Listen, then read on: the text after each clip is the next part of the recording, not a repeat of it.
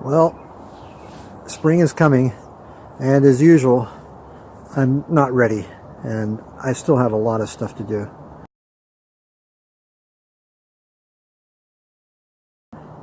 And we can go over here to the garden, case in point.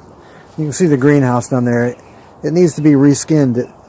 It lasted for 2 years. I got the plastic from Home Depot, and it did real well for 2 years, but now it's falling apart just amazingly fast, all at the same time. So that's got to all be replaced. I've got part of it stripped down already, but as you can see, it is really falling apart. The top of it I did a couple days ago, so that's done. Now I'm pulling out hundreds and hundreds of staples and just cleaning everything up. I think I'll paint the frame because it's not looking too good.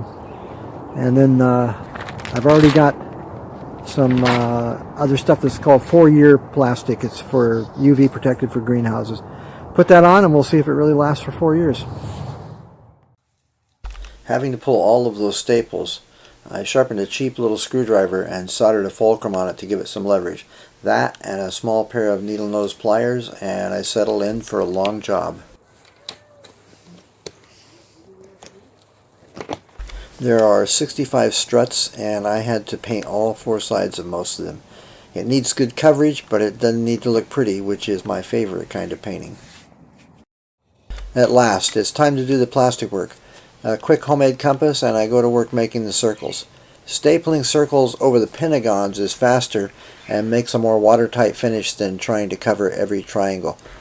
My compass center makes a hole in the plastic, and I mark it so that I can see it easily and place it directly over the hub. The circles don't have to be perfect because I'll be trimming a lot of it off. Laying the plastic over a pentagon, it gets stretched into place using spring clamps. I only use 1/4-inch staples and finish them off with a hammer, which holds the plastic down just fine, and afterwards lath will be stapled down, further securing it. Because the pentagons are slightly cone-shaped, I leave the bottom triangle loose, and then it gets cut along a strut and then stretched and stapled.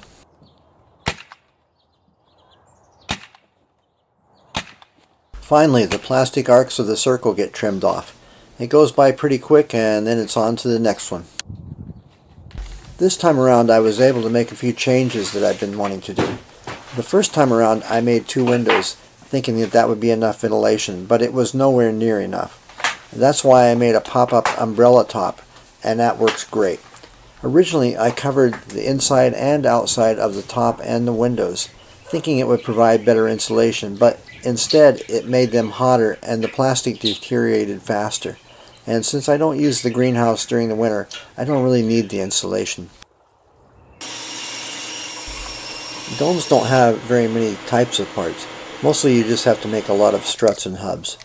One of the biggest challenges in any dome design is the hubs. They tie the whole thing together, and all designs have their pluses and minuses. I use PVC pipe for my hubs, and so I make these covers to cover the ends of the pipe. They also clamp the corners of the plastic down, helping to make a more watertight cover.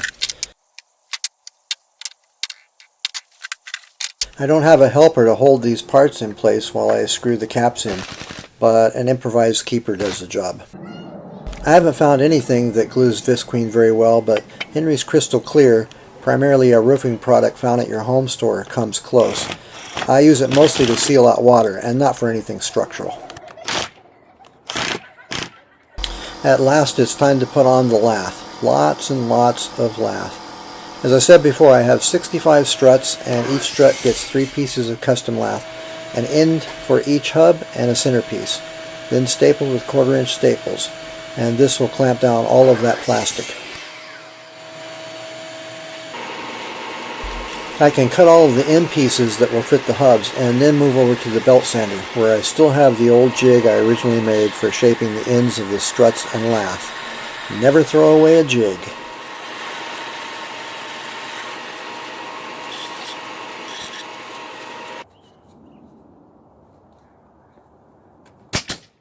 The end lath goes on fairly fast, although there are lots of them.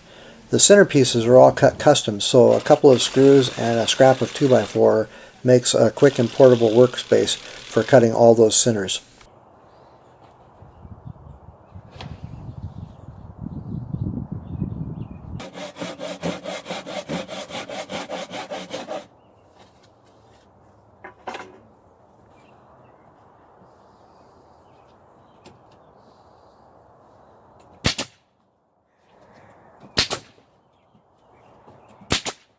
And so it goes, as I spiderweb my way around the greenhouse.